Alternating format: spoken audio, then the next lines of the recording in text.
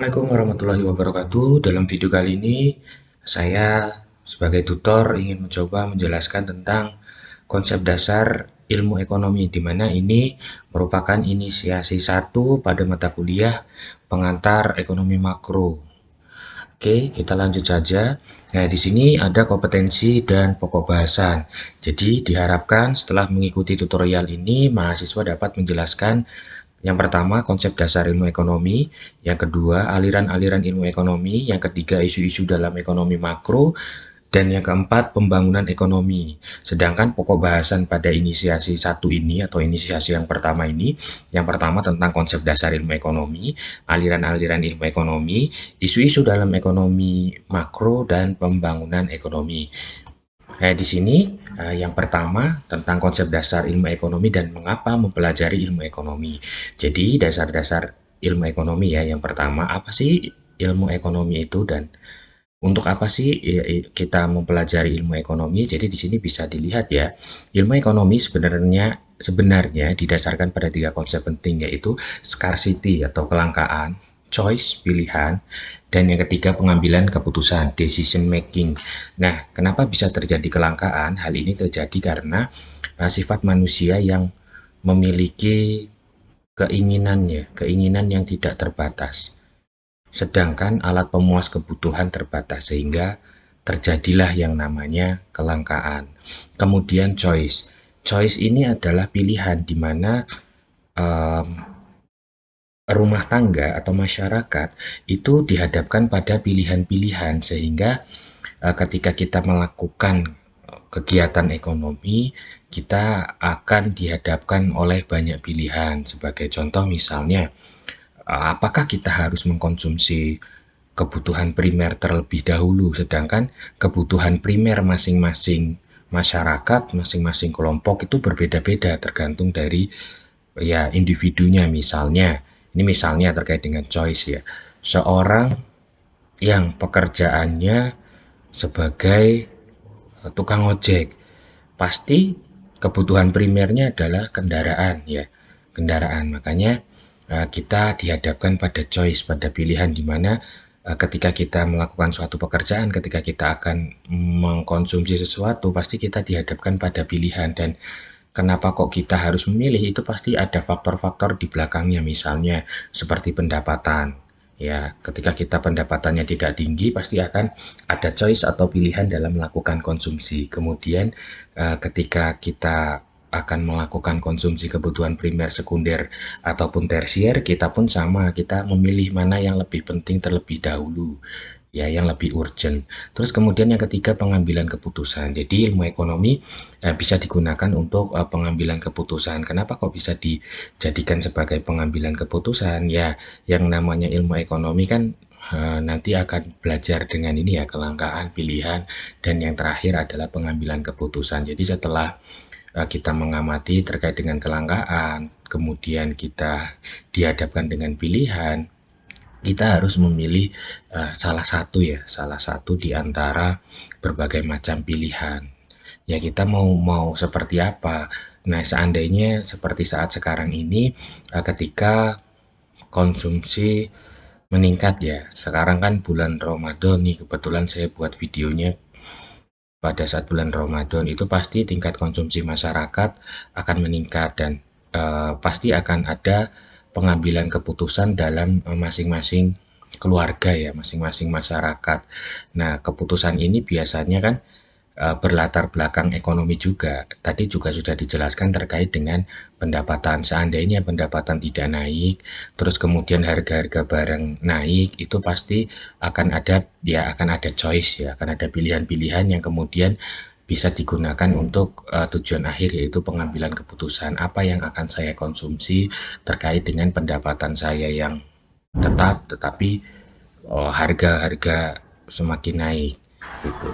Terus juga ketika beberapa waktu yang lalu Pertamax naik, ya pasti akan ada pengambilan keputusan apakah saya tetap mengkonsumsi Pertamax ataukah saya menurunkan ke konsumsi Pertalite dan lain sebagainya. Itu terkait dengan pengambilan keputusan. Jadi ilmu ekonomi itu bisa kita gunakan dalam menganalisis dan menentukan apa-apa saja yang akan kita lakukan ya.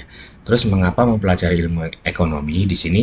Kita dapat mengetahui penyebab munculnya berbagai permasalahan ekonomi, perilaku para agen ekonomi, rumah tangga dan perusahaan, dampak yang dihasilkan dari permasalahan ekonomi dan pengambilan keputusan. Nah, ini yang sudah dijelaskan tadi oleh saya ya bahwa um, pasti akan ada banyak permasalahan ekonomi, entah itu tentang pendapatan yang tetap harganya harga-harga naik, entah itu terkait dengan kebutuhan pokok apa yang akan dikonsumsi oleh suatu masyarakat, entah itu terjadi suatu kelangkaan bahan baku, misalkan kita sebagai seorang ini ya, seorang rumah tangga yang mempunyai industri dan lain sebagainya.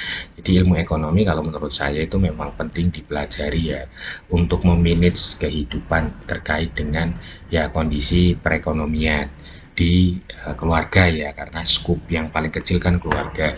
Terus di sini slide yang selanjutnya tentang ilmu ekonomi, keputusan ekonomi, dan definisi ilmu ekonomi.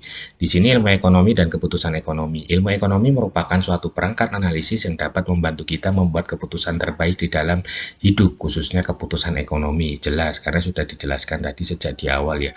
Kalau saya pribadi mempelajari ilmu ekonomi memang digunakan untuk diterapkan dalam kehidupan sehari-hari, terutama untuk ya melakukan motif berjaga-jaga ya terkait dengan yang tadi sudah disampaikan ya, ketika pendapatan tetap tetapi konsumsi terus meningkat dan harga-harga menjadi lebih mahal, maka ada beberapa eh, pilihan dalam hidup, dalam kegiatan ekonomi yang harus saya rencanakan. Bahkan saya harus melakukan saving, harus melakukan investasi, harus melakukan pengurangan-pengurangan terkait dengan konsumsi. Ya, intinya harus mencukupi. Bagaimana caranya dengan pendapatan yang tetap, saya tetap dapat mengkonsumsi apa yang dapat keluarga saya konsumsi selama 1 bulan.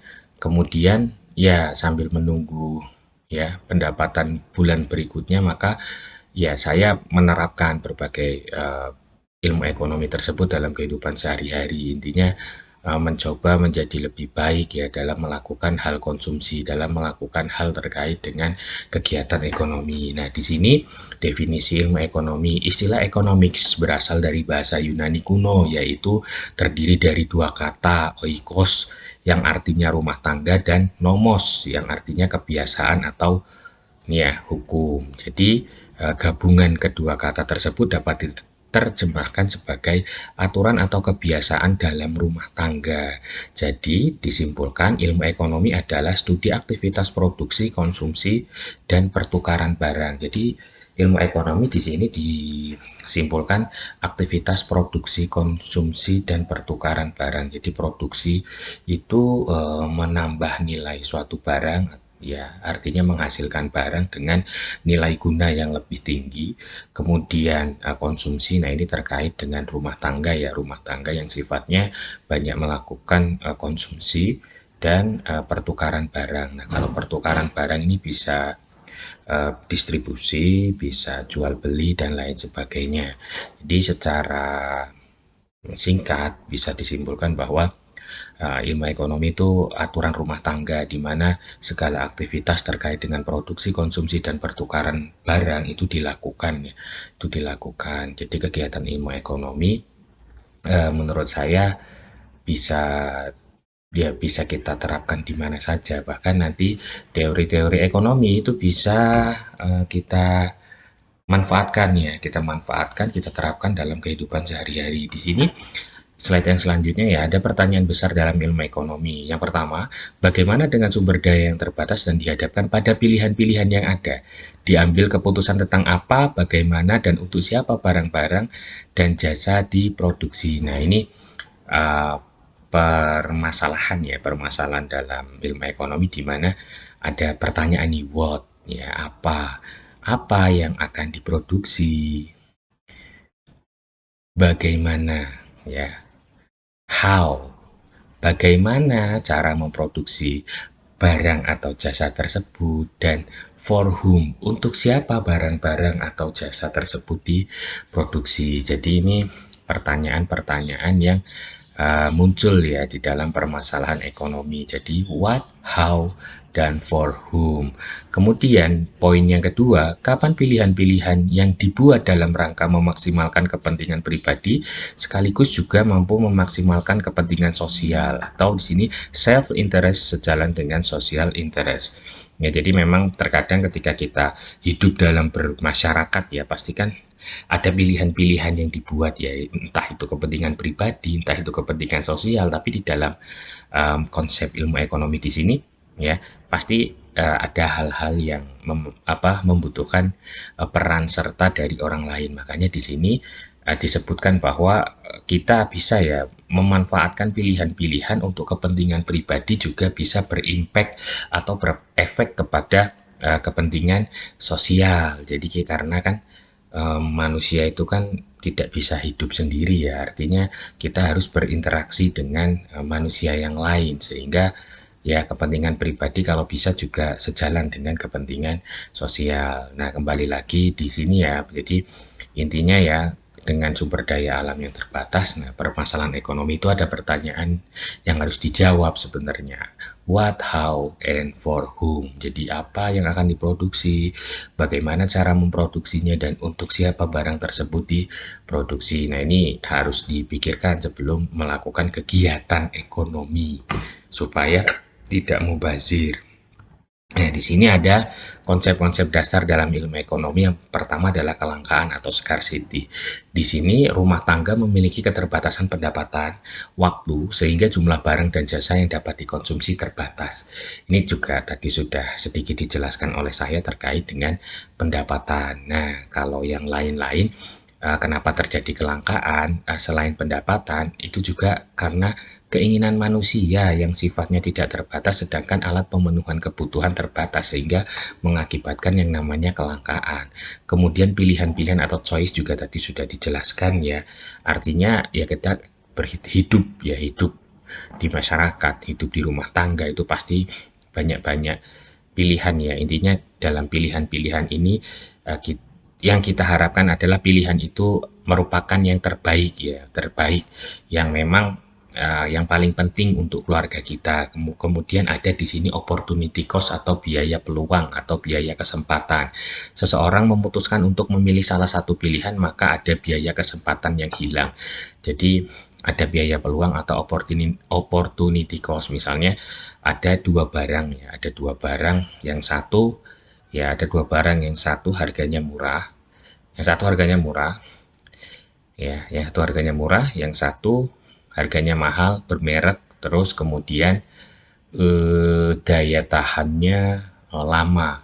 Jadi ketika kita beli yang mahal, kita akan ya kehilangan sesuatu, artinya kita akan mengeluarkan uang yang berlebih, tetapi dari situ kita akan memanfaatkan ya, kita mendapatkan manfaat dari barang yang kita beli yaitu awet. Terus ya, opportunity cost itu juga bisa diartikan ketika ada suatu peluang ya, yang mana yang satunya kalau kita pilih untung, yang satunya kita pilih maka akan mengalami kerugian. Nah ini kalau misalkan dianalisis, misalkan lulus SMK, lulus SMA, itu ada dua pilihan, apakah saya akan kuliah atau bekerja. Kalau saya bekerja, maka saya akan mendapatkan pendapatan. Kalau saya kuliah, saya tidak mendapatkan pendapatan, tapi saya mendapatkan ilmu ya, dan mendapatkan gelar. Nah, ketika saya memilih kuliah, berarti opportunity cost berupa pendapatan ya, pekerjaan itu akan hilang. Tapi kita harus ingat ketika kita kuliah, kita mendapatkan ilmu, kita mendapatkan ijazah, pasti ya, pasti akan ada manfaat ya dari itu semua. Makanya itu dikatakan opportunity cost atau biaya peluang, karena ada sesuatu yang harus dikorbankan dan kita harus memilih di antara salah satunya. Yang keempat yaitu alokasi atau allocation. Bagaimana mengalokasikan sumber daya yang terbatas untuk memenuhi kebutuhan yang hampir tidak terbatas. Nah, ini mengalokasikan itu sama seperti yang tadi ya, terkait dengan pengambilan keputusan. Jadi kita harus mengalokasikan ya sumber dana itu ya sesuai dengan tingkat kebutuhan ya, artinya ya kalau itu penting maka kita konsumsi. Kayak misalkan kita makan sehari-hari ya kan, orang Indonesia kalau nggak makan nasi ya itu belum sarapan katanya. Nah, mau tidak mau ya ketika kita pendapatannya tidak naik kita akan tetap beli beras ya. Kita akan tetap beli beras, kita akan mengkonsumsi nasi, sehingga ya hal-hal yang penting terkait dengan pendapatan ya kita alokasikan untuk yaitu salah satunya beli kebutuhan pokok, terus beli untuk kepentingan lain kayak misalnya sekarang kuota kuota atau pulsa yaitu menjadi kebutuhan penting bagi mahasiswa terutama mahasiswa UT ya karena memanfaatkan teknologi dan internet sehingga ya harus ada alokasi pendapatan dialokasikan untuk beli ke sana, bukan terus kita melakukan konsumsi yang tidak penting gitu. Artinya kita hanya ingin terlihat kaya, tiap hari nongkrong di kafe, minum dan makan makanan kafe, kemudian update status, itu kan sebenarnya hanya sekedar prestis ya, hanya ikut-ikutan dan mengikuti tren. Padahal ketika pendapatan kita tidak naik dan dialokasikan ke sana dananya itu mubazir, mending dialokasikan untuk hal-hal yang lebih penting ya, supaya ya dalam menjalani kehidupan itu kita tidak melakukan ya utang ya, tidak melakukan utang dan kebutuhan kita selama 1 bulan ke depan atau selama 2, 3, 4 atau 1 tahun ke depan bisa terpenuhi dan kita masih bisa bertahan hidup. Di sini ada pendekatan ilmiah dalam memahami ilmu dan kebijakan ekonomi. Untuk poin yang pertama, pendekatan ilmiah menjadi kekuatan utama ilmu ekonomi dalam menganalisis perilaku agen ekonomi untuk menghasilkan suatu pengetahuan yang disusun dengan logika berpikir ilmiah. Salah satu sumber dari pengetahuan ekonomi adalah pengamatan terhadap berbagai peristiwa ekonomi, khususnya dengan mengamati kejadian di masa lampau. Nah, ini kita bisa melakukan forecasting atau bisa melakukan prediksi ya. Kita bisa melakukan prediksi kenapa? Ya, misalkan ada kejadian-kejadian saat ini yang indikator-indikatornya kok mirip dengan kejadian pada masa lalu. Misalnya kayak kayak beberapa waktu yang lalu nih, ada mahasiswa yang demo. Itu kan dikait-kaitkan dengan kondisi ketika 98 ya, ketika 98. Jadi harga-harga mulai merangkak naik, terus nilai tukar melemah, semuanya naik, tidak terkendali, harga-harga kebutuhan pokok naik, pendapatan tetap, sehingga pada saat itu masyarakat menjadi tidak percaya dengan pemerintah. Kemudian mahasiswa turun melakukan demo sehingga terjadi kekacauan ya, terjadi chaos pada saat itu 98. Nah, itu dikaitkan dengan kondisi saat ini, tetapi memang kondisinya jauh berbeda ya. Artinya tidak apple to apple ketika kita mencoba menganalisis seperti itu. Tapi itu bisa dijadikan sebagai salah satu contoh ya, walaupun pada era sekarang seperti yang kemarin demo mahasiswa itu tidak terjadi tindakan anarkis dan lain sebagainya. Memang kondisinya saat ini hampir mirip, semua naik tapi masih terkendali. Kalau jam di era 98 kan sudah naik tidak terkendali sehingga yaitu mengakibatkan mahasiswa turun dan terjadi penjarahan di mana-mana sehingga menyebabkan chaos ya.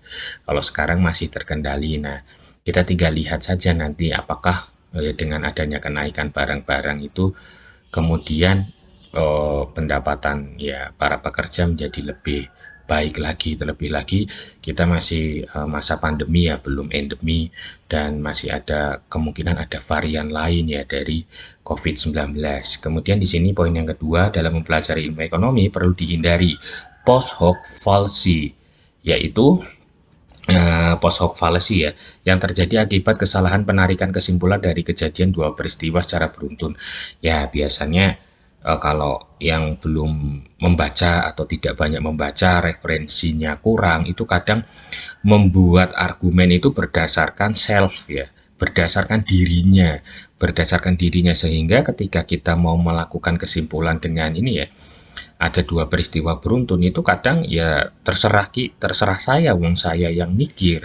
Itu biasanya terjadi seperti itu dan banyak sekali. Bahkan kita tidak boleh seperti itu. Kita harus melihat referensi ya. Kita harus melihat referensi kenapa kok peristiwa itu terjadi. Kita runtutkan, kita resum, kemudian kita baru bisa menyimpulkan. Nah, karena di sini seringkali kita mengasumsikan bahwa peristiwa pertama adalah penyebab dari peristiwa berikutnya, padahal penarikan kesimpulan semacam ini tidak selalu benar. Kita analisis terlebih dahulu terkait dengan referensi-referensi yang ada, sehingga sebelum menarik kesimpulan kita ada dasarnya, jangan berdasarkan itu ya diri sendiri ya. Jangan berdasarkan diri sendiri dan ya itu terserah saya, itu kan pendapat saya, nggak bisa seperti itu, harus ada dasarnya. Terus adanya kesalahan komposisi. Kesalahan ini muncul ketika kita beranggapan bahwa sesuatu yang baik untuk satu individu maka baik pula untuk seluruh individu. Belum tentu ya. Baik buat saya belum tentu baik buat orang lain. Nah, ini biasanya ya banyak masyarakat yang melihat dari sudut pandang ini. Terus kemudian jika dalam tataran kebijakan, kesalahan komposisi terjadi ketika suatu kebijakan yang berhasil diterapkan pada suatu negara dianggap baik pula oleh negara lain. Nah, ini juga sama. Saya hanya mengkritisi ya, misalnya penanganan COVID-19 itu bagus di Singapura, kemudian kita contoh, terus kita terapkan di Indonesia, ya itu belum tentu bisa bagus, belum tentu sesuai. Kenapa? Karena kondisi di Singapura dengan kondisi di Indonesia itu berbeda. Singapura itu negara kecil, Indonesia itu negara besar, antar pulau dan lain sebagainya.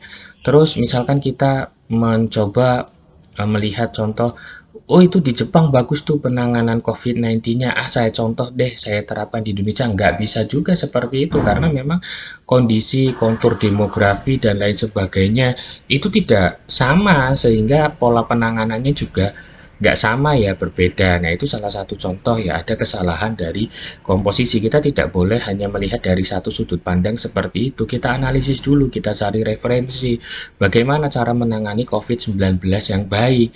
Terlebih lagi dengan ya kondisi masyarakat kita yang antar pulau, terus penduduknya banyak kan, kita nggak bisa ngikutin negara-negara yang kecil, penduduknya nggak begitu banyak, terus kemudian budayanya juga berbeda.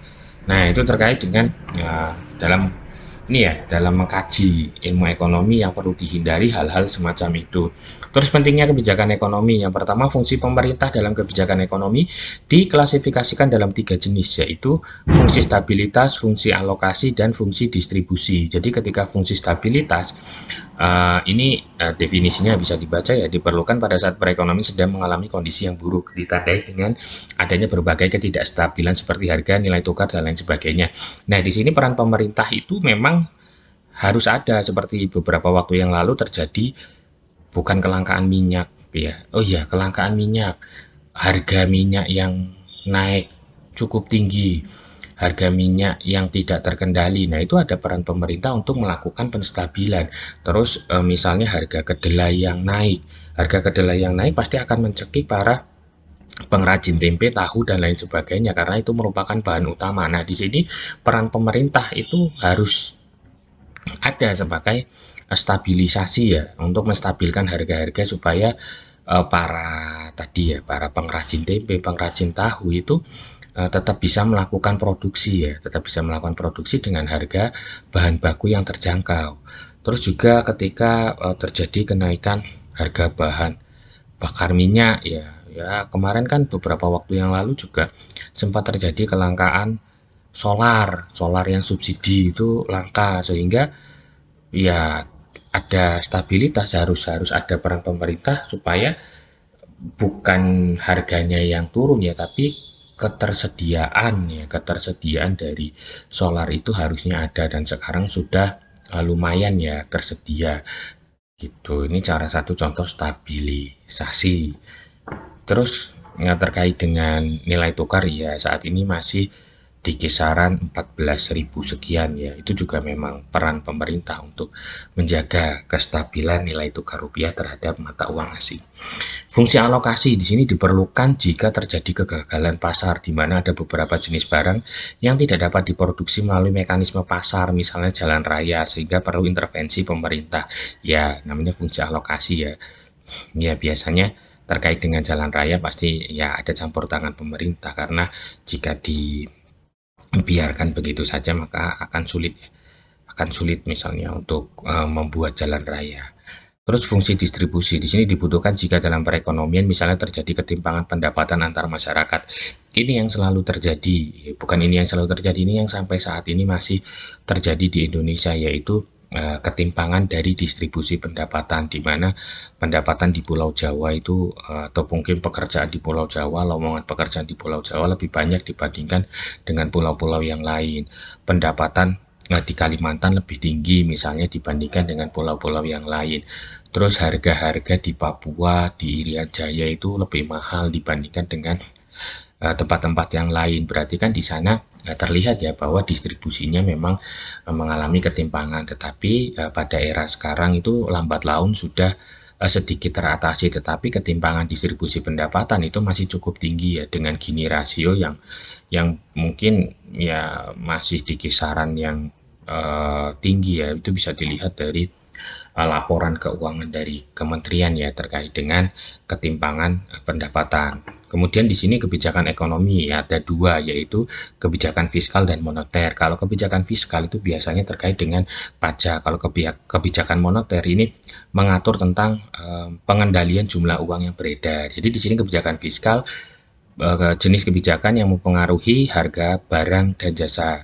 Instrumen kebijakan fiskal yang biasa digunakan diantaranya pajak, penetapan biaya dan cukai, serta anggaran dan belanja sosial. Jadi intinya fiskal itu terkait dengan perpajakan. Ya, cukai itu kan juga berhubungan dengan pajak ya.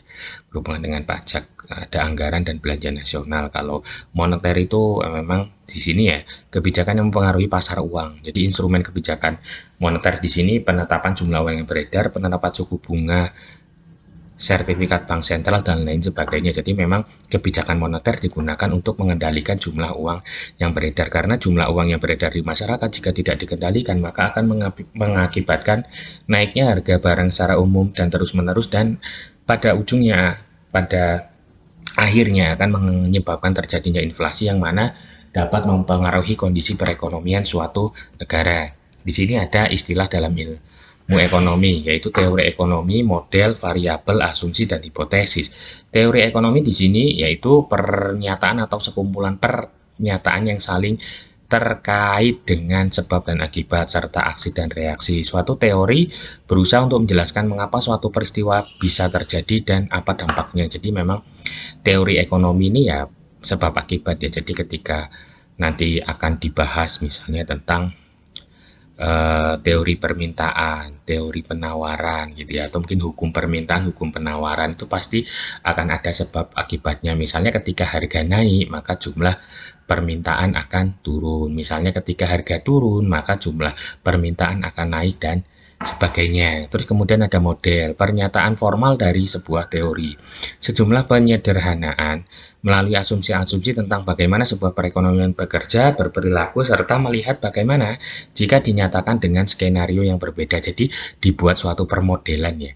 Jadi kalau nanti akan dibahas terkait dengan ilmu ekonomi itu pasti kita akan coba membuat permodelan-permodelan tertentu untuk melakukan forecasting atau peramalan terkait dengan kebijakan apa yang akan kita ambil pada masa yang akan datang. Jadi di sini biasanya dalam bentuk pernyataan matematis dari dugaan hubungan antar dua variabel atau lebih ya.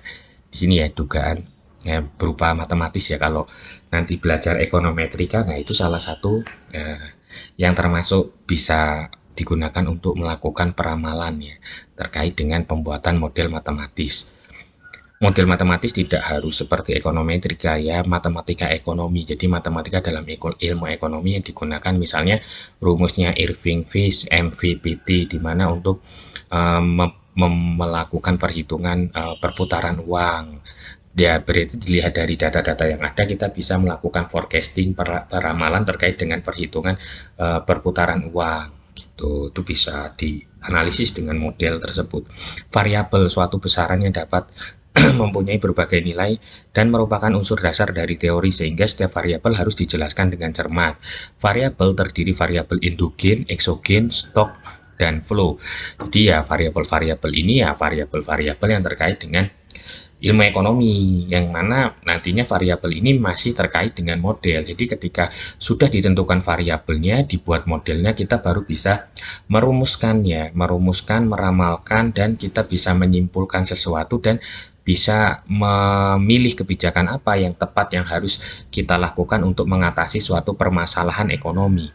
Terus ada asumsi peran penting untuk pembentukan suatu teori. Jadi ketika sudah ada variabel, sudah dimodelkan, sudah dianalisis, sudah mendapatkan suatu kebijakan. Nah, ini pasti muncul asumsi ya, muncul asumsi. Jadi diasumsikan berdasarkan data ini dengan model seperti ini, maka dapat diramalkan dan dapat diambil suatu kebijakan, yaitu dinamakan dengan asumsi. Kalau hipotesis itu dugaan awal ya. Jadi memang sebelum ini membuat model itu pasti ada hipotesisnya dulu, dugaan awal. Ya, bagaimana hubungan antar dua variabel atau lebih ya. Jadi dilihat dulu kira-kira hipotesisnya seperti apa. Setelah modelnya jadi, diuji, kemudian mendapatkan hasil, dianalisis, nah baru menentukan suatu kebijakan. Apakah hipotesis yang kita ajukan itu tadi sesuai atau tidak ketika hasil model sudah diestimasi. Ini perbedaan antara mikro dan makro. Kalau mikro terkait dengan produksi itu hasil produksi dalam suatu perusahaan ya di sini. Tapi kalau makro outputnya nasional ya. Ini hanya skupnya atau lingkupnya perusahaan. Kalau makro itu nasional dan pertumbuhan ekonomi. Terus kemudian di sini terkait dengan harga barang dan jasa tertentu. Kalau di sini tingkat harga secara keseluruhan artinya se-Indonesia ya. Kalau di sini pendapatan distribusi dari pendapatan dan kekayaan, ini rumah tangga biasanya ya. Nah, kalau di sini pendapatan nasional. Terus di sini tenaga kerja pada suatu perusahaan. Di sini tenaga kerja dan pengangguran dan tingkatnya nasional. Di sini ada contohnya, tinggal dibaca saja ya, tinggal dibaca. Nah, di sini tinggal dibaca saja. Ini terkait dengan perbedaan mikro dan makro. Memang biasanya mikro itu hanya mengurusi terkait dengan rumah tangga, ya, rumah tangga. Ya pokoknya skupnya itu masih kecil ya, mentok maksimal di perusahaan. Tetapi kalau makro itu sudah skupnya ya luas ya, terkait dengan pendapatan nasional dan lain sebagainya. Di sini ada aliran-aliran dalam ilmu ekonomi. Ada yang pertama kaum klasik. Di sini ada ekonomi sosialis atau alirannya Marx. Ada neoklasik dan revolusi dari Keynesian ya, Keynesian. Di sini Keynesian, pemerintah seharusnya campur tangan di dalam perekonomian, tidak percaya bahwa pasar dapat self-regulate. Jadi di sini mazhab Keynes itu percaya bahwa pemerintah harus campur tangan dalam perekonomian, karena jika tidak ada campur tangan dalam perekonomian, menurut Keynes itu kegiatan ekonomi tidak akan berjalan dengan lancar, karena di sini tidak percaya Keynes bahwa pasar dapat self regulate, maksudnya dapat bergerak sendiri gitu tanpa ada campur tangan dari pemerintah. Sedangkan menurut kaum klasik di sini pemerintah sebaiknya meminimalkan campur tangan di dalam perekonomian. Artinya kaum klasik ini mengharapkan ya semua harga itu ditentukan oleh pasar, bukan oleh pemerintah, tanpa ada intervensi dari pemerintah, atau mungkin secara halusnya meminimalkan campur tangan dari pemerintah, karena percaya bahwa ada self regulate ya. Ini menurut kaum klasik dan ini menurut Keynesian. Jadi memang terjadi perbedaan yang terkait dengan mazhab Keynes dan mazhab klasik, di mana mazhab Keynes itu perlu adanya campur tangan pemerintah, sedangkan mazhab klasik tidak perlu, karena percaya bahwa ya segala sesuatunya maka akan terjadi ya, maksudnya diserahkan kepada pasar. Terus isu utama dalam ekonomi makro dan pertumbuhan ekonomi. Isu utama dalam ekonomi makro yaitu pertumbuhan ekonomi, di mana persentase perubahan kegiatan dalam perekonomian yang diukur salah satunya dari persentase perubahan produksi barang dan jasa ya. Pertumbuhan ekonomi berarti menggunakan PDB ya, produk domestik bruto. Terus ketidakstabilan harga ya. Ketidakstabilan harga ini banyak faktornya, mungkin nanti akan dibahas pada pertemuan-pertemuan yang akan datang ya, di materi inisiasi yang akan datang.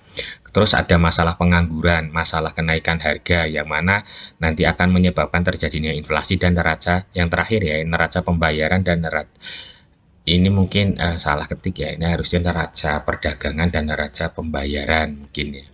Nah di sini ya ketidakstabilan harga tadi juga sudah dibahas, faktornya itu ada banyak. Bisa jadi yang pertama adanya kelangkaan bahan baku, maka mengakibatkan terjadinya ketidakstabilan harga, atau adanya gejolak ekonomi ya, yang mana dapat berpengaruh ya, gejala gejolak ekonomi global yang bisa mengakibatkan ya terjadinya ketidakstabilan harga di berbagai negara. Kalau masalah pengangguran nih ya di Indonesia nanti kita akan bahas pada poin tersendiri ya, pada materi tersendiri.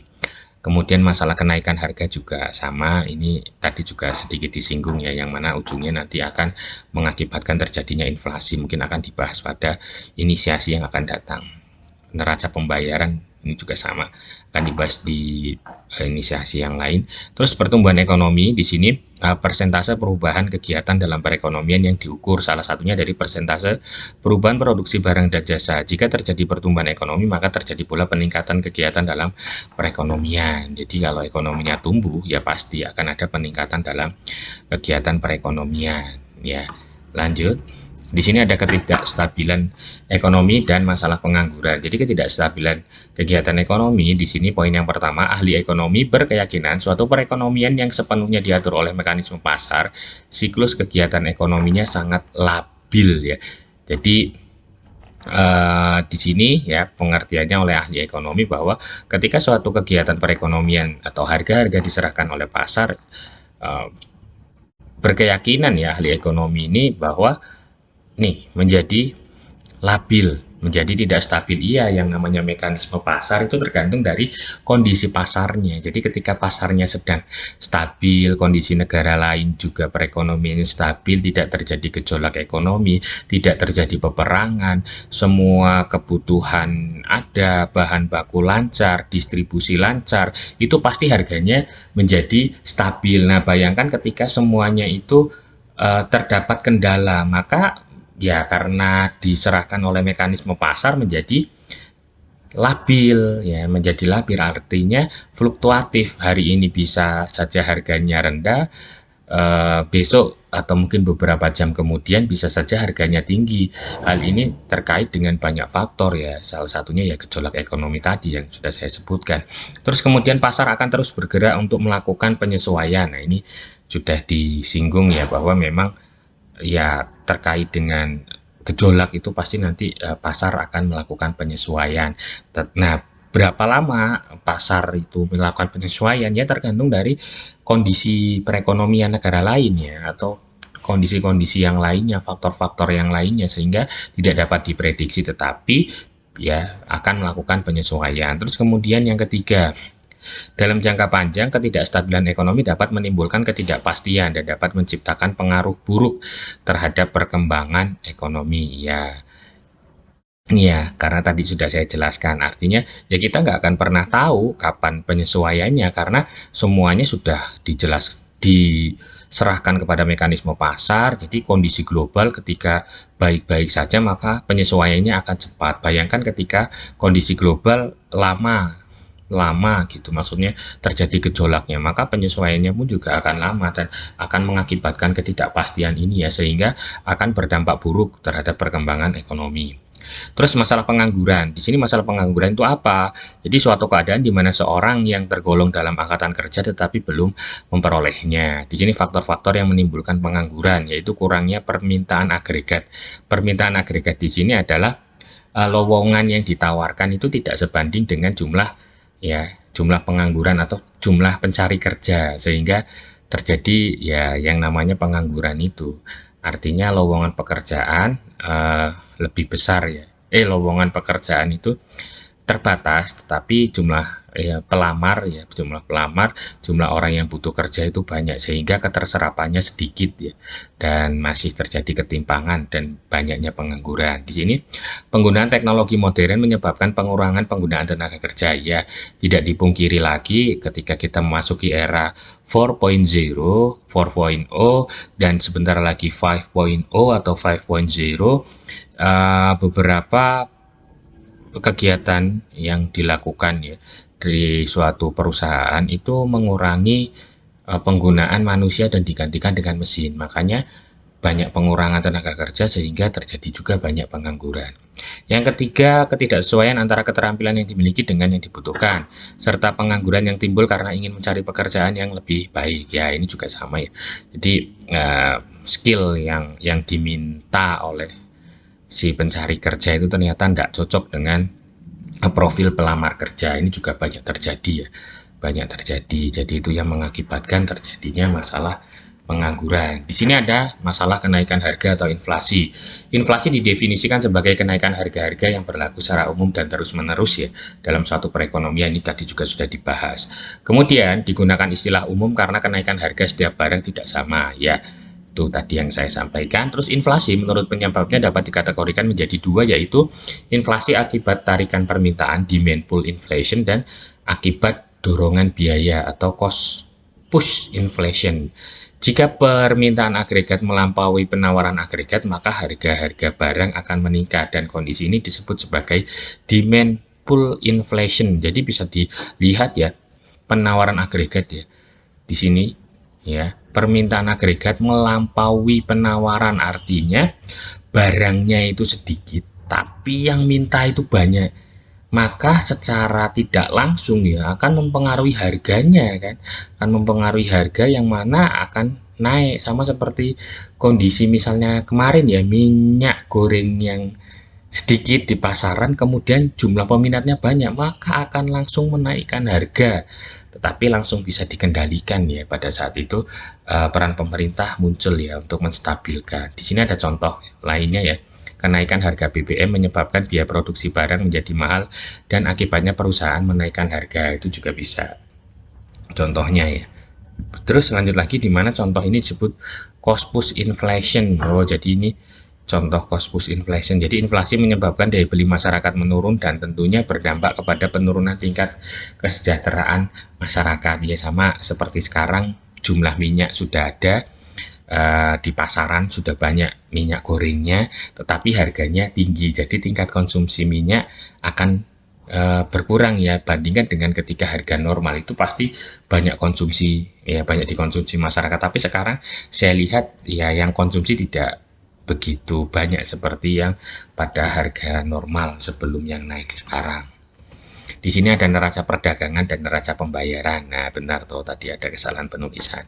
Jadi di sini poin yang pertama, kegiatan ekspor impor merupakan bagian yang penting dari kegiatan perekonomian suatu negara. Iya, karena beberapa bahan produksi yang harus diproduksi ya, itu tidak semuanya ada di negara kita, makanya kita harus melakukan ekspor impor ya, harus melakukan ekspor impor. Salah satu contohnya terkait dengan bahan baku. Kemudian ketika barang produksi kita sudah jadi, tidak mungkin semuanya akan kita jual di dalam negeri, pasti kita akan jual ke luar negeri ya, makanya ya terjadi ekspor impor, dan itu nanti akan masuk ke dalam neraca perdagangan dan neraca pembayaran. Dalam perekonomian terbuka, perdagangan antar negara memiliki peran penting terhadap pembentukan aktivitas ekonomi di suatu negara. Nah, ini tadi sudah dijelaskan ya bahwa terkait dengan kebutuhan bahan baku, tidak semua negara itu ada di negaranya masing-masing. Kita harus mencari di negara yang lain, seperti ya minyak gitu ya, bahan bakar minyak itu kita ya sebagian diproduksi di Indonesia, sebagian kita impor dan lain sebagainya ya. Terus pada perekonomian terbuka juga terjadi aliran uang dan modal antar negara. Seluruh transaksi tersebut dicatat pada ya neraca pembayaran, baik transaksi barang dan jasa maupun aliran modal antar negara.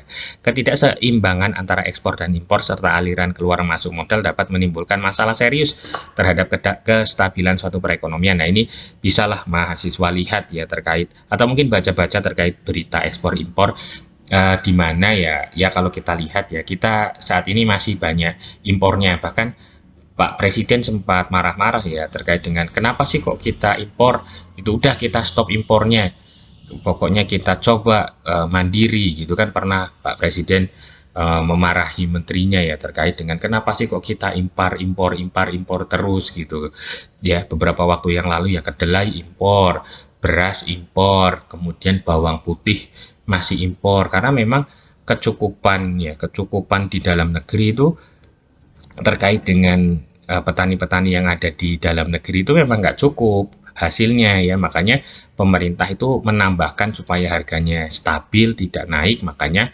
melakukan impor. Tapi mungkin impornya bisa saja kebablasan ya, kebablasan. Garam pun kita juga masih impor gitu. Jadi itu saja yang dapat saya sampaikan pada materi inisiasi 1.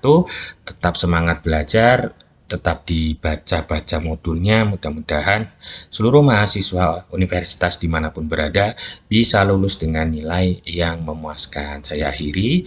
Wassalamualaikum warahmatullahi wabarakatuh.